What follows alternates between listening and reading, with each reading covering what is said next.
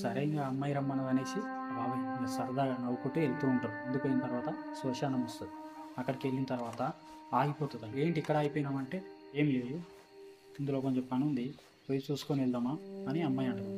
దీంట్లో ఏం పని ఉంది అని ఆ బాబాయ్ అడుగుతాడు. లేదు, నా ఎమ్మడొస్తే నేను చూపిస్తాను. సరే అని తను తనతో పాటు వెళ్తాడు. ఆడికి వెళ్ళిన తర్వాత ఇది వలగొట్టు సమాధి అని చెప్తాను. ఏంటి సమాధి వలగొట్టడం ఏంటి అని ఆమెను అడుగుతాడు.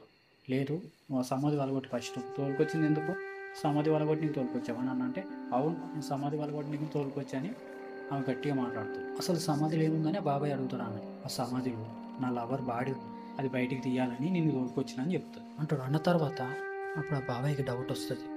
ఇది సమాధి దగ్గర తీసుకొచ్చి ఇది మనిషి కాదు, ఇది దయ్యమై ఉండొచ్చు అని తను బీడి తీసుకొని అగ్గిపెట్టె తీసుకొని ఆ బాబాయ్ ఎగిలిస్తుంటే అప్పుడు అమ్మాయి, ప్లీజ్ నాకు నిప్పంటే భయం, ప్లీజ్ నువ్వు కాల్చకు అది ఇదని ఆ దయ్యం అంటది. అప్పుడు అతనికి అర్థమైపోతుంది ఆటోమేటిక్గా దయ్యం అనేసి. బీడి అంటి పెట్టుకుని చూసుకోకపోతే అక్కడ దయ్యం ఉండదు, వెళ్ళిపోతుంది.